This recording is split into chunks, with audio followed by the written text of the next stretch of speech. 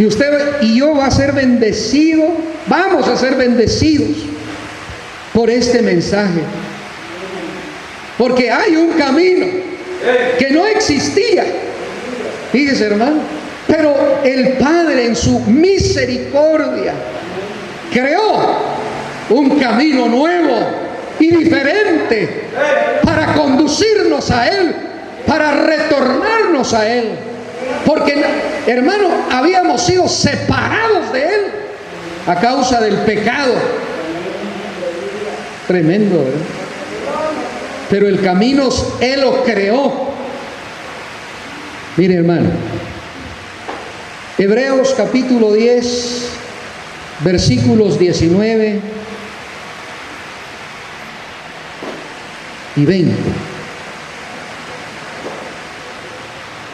¿Alguien quiere leerlo en voz alta para todos nosotros, por favor? Hebreos 10, 19 y 20.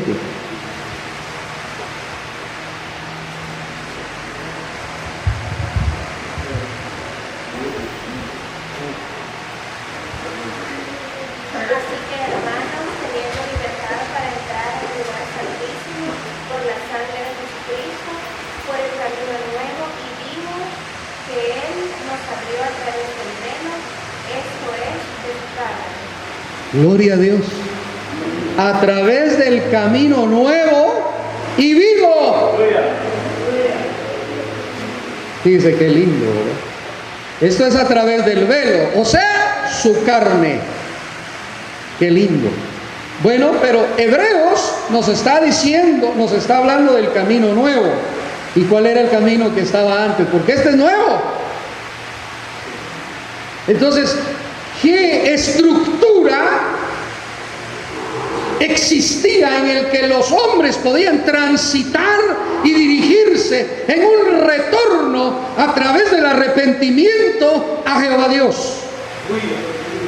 ¿Cuál era ese camino? Porque se nos está hablando de uno nuevo, y ese camino nuevo dice literalmente que es en su cuerpo, y está hablando del sacrificio de Jesús el Mesías. Bueno, pero ¿cuál era la estructura vieja? Yo quiero saber. ¿Y usted? ¿Verdad? Hebreos 9:8. ¿Qué dice Hebreos 9:8? Dando el Espíritu Santo a entender con esto que aún no se había manifestado el camino al lugar santísimo, entre tanto que la primera parte del tabernáculo estuviese en pie. ¡Ah, qué lindo! Mire, hermano, fíjese que yo le voy a testificar algo antes de continuar. Permítame. Hace tiempo yo ministerialmente sufrí un giro,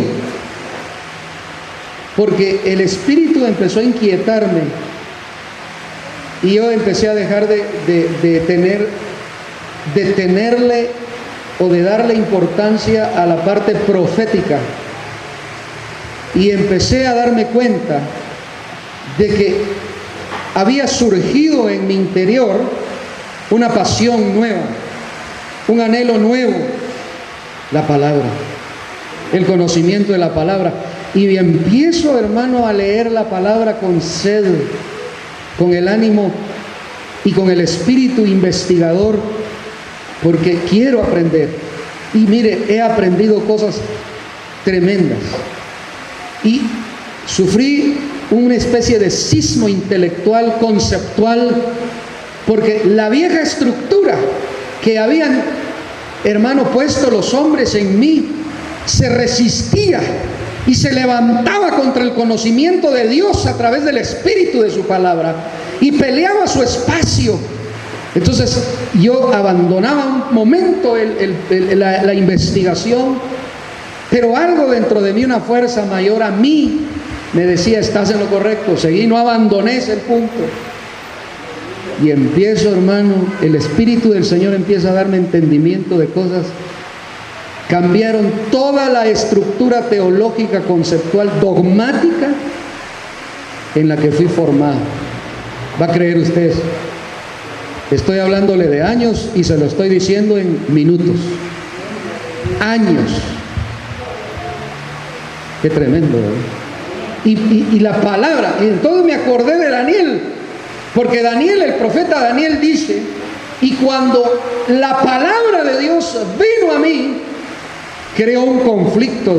Daniel entró en un conflicto, la palabra produjo conflicto en él, y a mí me pasó. Yo leía el texto y nunca lo entendí, pero después de lo que yo viví, lo entiendo.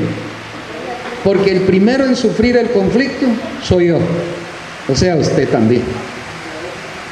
Así es que no me va a echar culpa a mí, culpe la palabra. Porque si usted tiene que reclamarle algo a alguien, reclámeselo a Dios y al apóstol Pablo, a quien Dios usó para enseñarnos estas cosas. Qué tremendo. Dice ahí, otra vez, leámoslo, 9:8. Dando el Espíritu Santo a entender con esto que aún no se había manifestado el camino al lugar santísimo, entre tanto que la primera parte del tabernáculo estuviese en pie. No se había manifestado el camino. Fíjese qué lindo. No se había manifestado el camino. No sé, ¿y qué es manifestar? Revelar, darse a conocer. Pero la revelación es una comunicación en un lenguaje claro para nosotros. ¿Sí? No se había manifestado, no se había dado a conocer, no se había comunicado esto a los hombres. Entre tanto, el primer, ¿qué dice? Entre tanto la primera parte del tabernáculo estuviera. Oh. Entonces, el camino, la estructura transitoria anterior al camino nuevo era la primera parte de aquel tabernáculo. ¿Sí? ¿Ya va entendiendo? Entre tanto estuviera la primera parte del tabernáculo levantado, el camino no podía manifestarse. Entonces había que quitar esa primera parte. ¿Cómo se dio? Ahorita vamos a entrar a eso. ¿Sí? Vean, mire, esto es tremendo. Hay una declaración, Juan 14, 4 al 6. Eso lo lee hasta de memoria, ¿verdad? En las escuelas dominicales. Los patojos pasan y de memoria recitan este versículo, que dice Juan 14, 4 al 6. Léalo.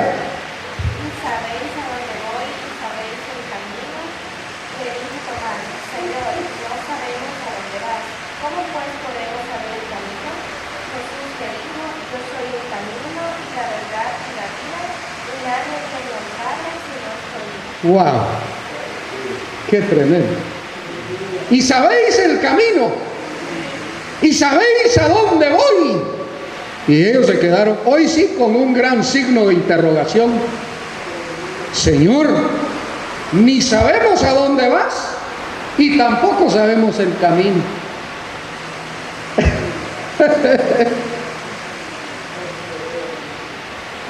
Yo tampoco sabía. ¿Y usted? Dígame la verdad. No, esa es la verdad. Aquí viene, mire hermano, lo que siempre ha existido. Por eso el estudio de todas las figuras es importante. Jesús está hablando en lenguaje del templo, es el lenguaje sacerdotal. ¿Qué le parece? Y cuando ellos no están diciendo nosotros no sabemos nada acerca del camino, sí sabían, pero no sabían qué camino, a qué camino se refería él. No sabían tampoco hacia dónde se dirigía. No sabemos a dónde vas y tampoco sabemos de qué camino estás hablando. Pero escuche, la estructura, según Hebreos, la primera parte del tabernáculo, a esa primera parte se le conoce ¿con qué nombre? ¿Va a creer usted? El camino. A esa primera parte del tabernáculo se le conoce como... ¿Por qué? A esa primera parte se está integrada por el atrio, el lugar santo. La primera parte solo consta del atrio y del lugar santo. A esa parte se le conoce como el camino, que conduce o sea, el Padre. Y sabéis el camino, y sabéis a dónde voy. Él está hablando en el lenguaje del templo, pero a ellos los confundió porque, bueno, ¿y a dónde se va a ir nuestro Señor? No sabemos ni el camino, y tampoco sabemos a dónde vas. ¿Por qué se le llama el camino a la primera parte? Y Hebreos dice, entre tanto estuviera levantada la primera parte, el camino no podía revelarse, darse a conocer.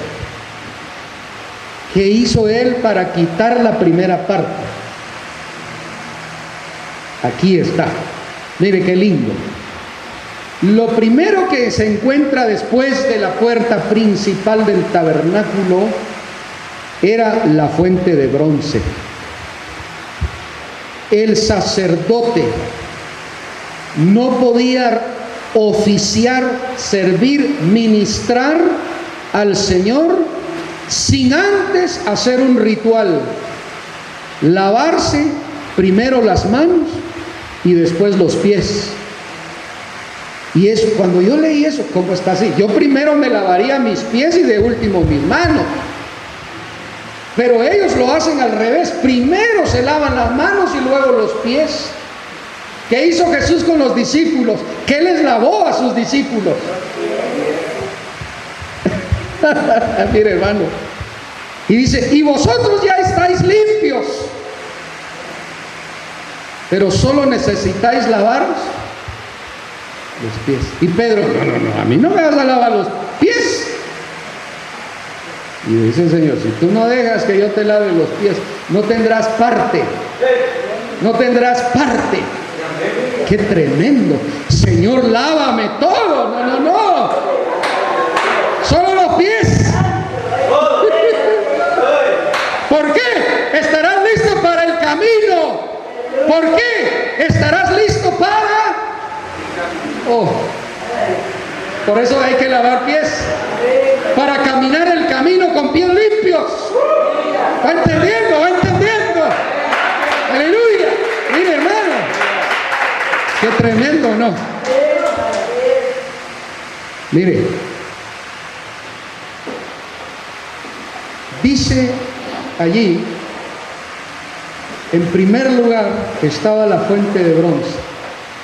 No se podía servir, no se podía ministrar, nada, sino que primero se dirigían a la fuente, a lavarse manos y pies. Qué tremendo, hermano. Ahora sí ya están listos para empezar su ministración al Señor, su servicio al Señor.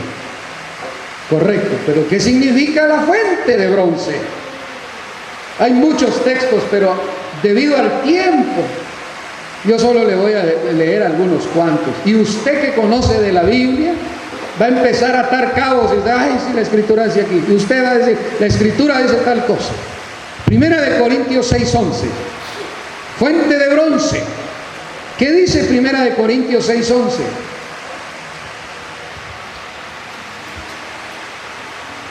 Mire, no tenga pena. Si usted está cansado, póngase de pie, levántese y váyase para... Pero no se pierda de esta enseñanza. ¿Sí? No, el calor agota. Sí, agota, pero si usted...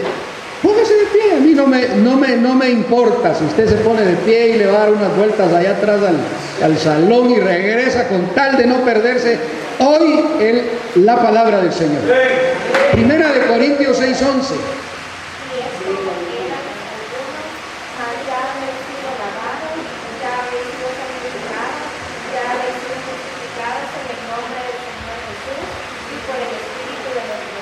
Oh, cada vez que los sacerdotes llegaban a la fuente, figura de Cristo, estaban siendo lavados figurativamente en la palabra, por la palabra y en el nombre de Jesús el Mesías, Jesucristo. Es lo que Corintios está diciendo. Y vosotros ya estáis limpios.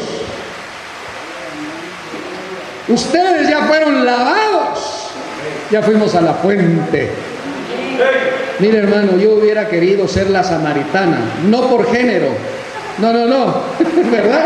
¿Me entendiste, verdad? No por el género, sino porque haber hablado con la fuente. Puchica, eso es maravilloso. Aquel que beba de esta agua no volverá a tener sed jamás, y de su interior brotarán ríos de aguas vivas. Tremendo. Él es la fuente. Ya, mire qué lindo, hermano.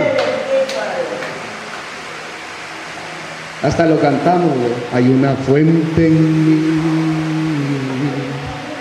que está brotando, ¿o no? Que está fluyendo dentro de mí. Es un río de alabanza y de adoración, dirigido hacia ti, Señor Jesús. ¿Qué le parece? Hay fuente. La fuente inagotable sigue. Qué tremendo. Primera de Corintios 10 dice que la roca que los seguía era Cristo. Y la roca que los seguía era Cristo. Mire, hermano, Cristo nos alcanzó. Bendito sea Él. ¿Qué dice Hebreos 10:22?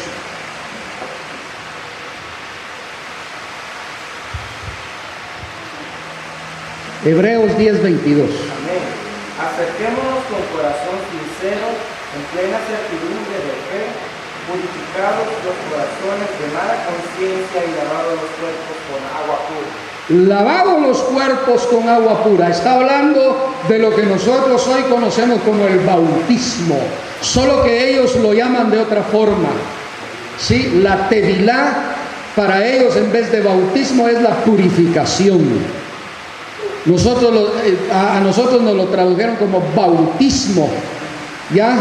Pero ese acto de sumergirse en las aguas es más que un bautismo, es el acto de la purificación, según Hebreos. Y lavados los cuerpos, acerquémonos a Él confiadamente. Si usted necesita confiar en alguien, el único en el que sí se puede es en la fuente. Es en la fuente inagotable, Jesús el Cristo, el Mesías. Qué tremendo, ¿verdad? Luego de la fuente estaba el altar de los sacrificios, que era un altar construido también con bronce, sobre el que se realizaban sacrificios para la expiación, o sea, lograr o alcanzar el perdón del pueblo. ¿Sí? Pero los sacerdotes tenían que oficiar un sacrificio primero para ellos y luego oficiar un sacrificio para el pueblo. ¿Qué le parece?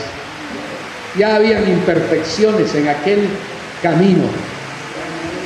Ya habían imperfecciones. Tenían que ofrecer uno por ellos. ¿Sí? Y luego tenían que ofrecer por el pueblo. Pero en Hebreos dice la Escritura que con una sola ofrenda, una vez, hizo perfectos para siempre a los que Él santificó. Una vez, fíjese qué lindo, en una sola ofrenda. Este sí es perfecto. Ahora, Hebreos 13:15. Hebreos 13:15. Mire el camino está compuesto por la fuente. Ahora estamos hablando del altar de bronce, el altar de los sacrificios. Hebreos 13:15. Así que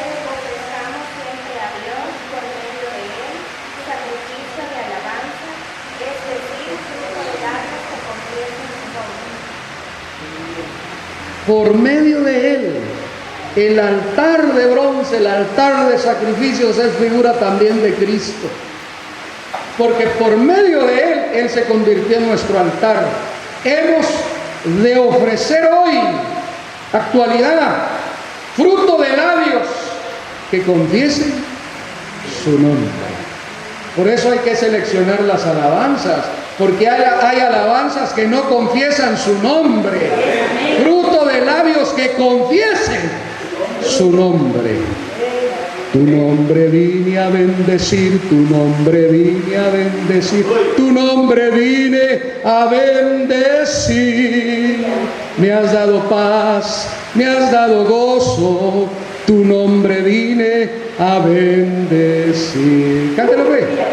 Tu nombre vine a bendecir, tu nombre vine a bendecir, tu nombre vine a bendecir. Me has dado paz, me has dado gozo, tu nombre vine a bendecir. Fruto de labios que confiesen su nombre. ¿Qué le parece? Él es el altar sobre el cual hemos de ofrecer sacrificios, fruto de labios que confiesen su nombre. Por eso cada vez que alabemos, hagámoslo, hermano, teniendo en cuenta la palabra del Señor. Muy bien, Romanos 12:1. Romanos 12:1. Léalo.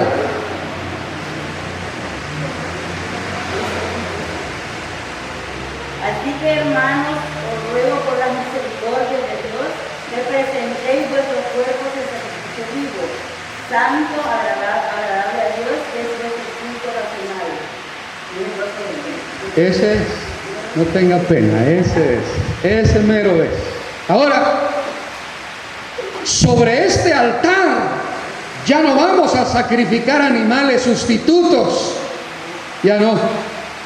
Por eso está escrito en Hebreos, sacrificios de machos cabríos, vaca alazana y toros ya no te agradaron. Por eso está escrito, de mí, dice Él, en el libro de tu ley, me diste cuerpo, preparaste cuerpo. ¿Qué es lo que hemos de ofrecer en el altar? En vez de animales, ofrecer nuestros cuerpos en un sacrificio vivo. En los sacrificios de antes tenían que matarse, ¿sí? Tenían que degollarse. Pero ahora la regla cambió.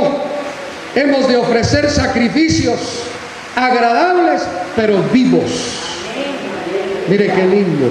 Y que hay que sacrificar, figura de la grasa, la corrupción, todo aquello que no agrada a Dios. Ofrezcamos en Él, por medio de Él, sobre Él, ¿sí?, todo lo que no es agradable al Padre. Por eso en Hebreos dice que también no podemos volver a los rudimentos de la doctrina de Cristo, aquellas primeras cosas, porque supuestamente ya las hemos superado. Qué tremendo. Entonces, hoy en día la gente estaría feliz con el ritual de antes, porque no había compromiso.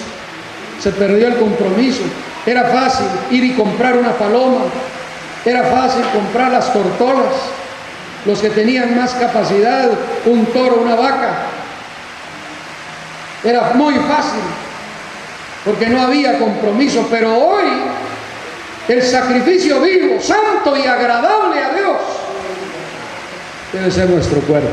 Toda nuestra vida al Señor quiere ofrecérselo.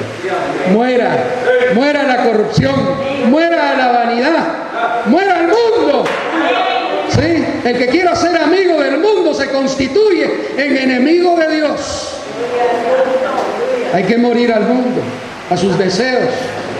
Qué tremendo, hermano. Amén. Alaba al Señor. Ya no hay entonces sustituto. Ahora nos pide que nosotros nos ofrezcamos en un sacrificio vivo, santo y agradable. En la parte interior, esto es el exterior, de la primera parte, estaba la mesa de los panes de la proposición. Fíjense qué tremendo. Y estaba aparte la menorá en la época de Moisés. Pero en la época del apóstol Pablo, la menorá, perdonen, el candelabro, porque a veces no se conoce el nombre, pero el candelabro es menorá en hebreo, ¿sí? Ya no está en la primera parte, ahora está en el lugar santísimo. En Hebreos, cuando describe, usted va a encontrar el incensario de oro, porque el incensario de oro era usado para llenar de humo la casa completa y que el sumo sacerdote entrara sin ver la manifestación sobre el propiciatorio, la tapadera del arca del pacto. Fíjense qué lindo. Entonces, perdonen, ese incensario ya no está en la primera parte, en Hebreos está en el lugar santísimo. Qué tremendo. Eso es lo tremendo. El incensario representa la vida de Cristo también. Fíjese, porque en Hebreos ya no está el incensario en la primera parte, sino en la segunda, en la más importante. Significa que la primera parte desaparece. Ahora, la mesa de los panes de la proposición. ¿Y qué propone? ¿Qué proponen estos panes? Recuerde que a esta mezcla de masa, ¿sí?, se le mezclaban especias aromáticas que hacían del pan un pan amargo, ¿sí? Y eran sustituidos los panes de la proposición cada Shabbat, cada sábado. ¿Y qué hacían con los panes que quitaban? Los consumían los sacerdotes. Comer pan amargo. Oiga, no era el pan de Semana Santa. ¿Sí? Esta receta era especial y era amargo, pan amargo, pero proponía algo. ¿Qué proponía? Misericordia quiero, no sacrificio, y obediencia a Dios, mire hermano, más que cualquier ofrenda. Qué tremendo, ¿verdad? Proponen, solicitan la misericordia y la fidelidad de Dios. A esos panes se les conoce con el nombre de la vida. A la fuente se le conoce con el nombre del camino. Al altar del sacrificio se le conoce como la verdad. Y a los panes de la proposición se le conoce con el nombre de la vida. Y Jesús está diciendo, y sabéis el camino, y sabéis a dónde voy. Y ellos dijeron, pues ni sabemos a dónde vas, y tampoco sabemos el camino. Y entonces Jesús dice, yo soy el camino, la fuente, la verdad, el altar de bronce, y la vida, el pan de la proposición. ¿Qué le parece? Tremendo, ¿verdad? Amén. Juan 6, 32 al 35.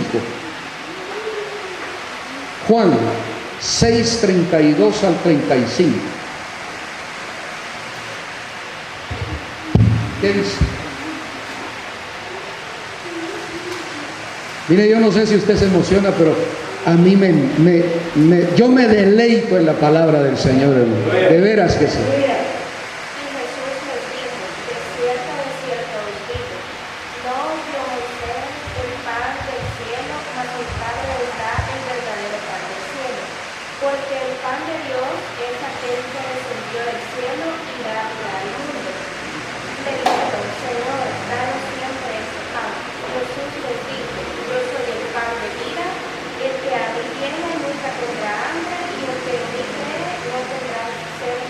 Gloria al Señor. Él es el pan.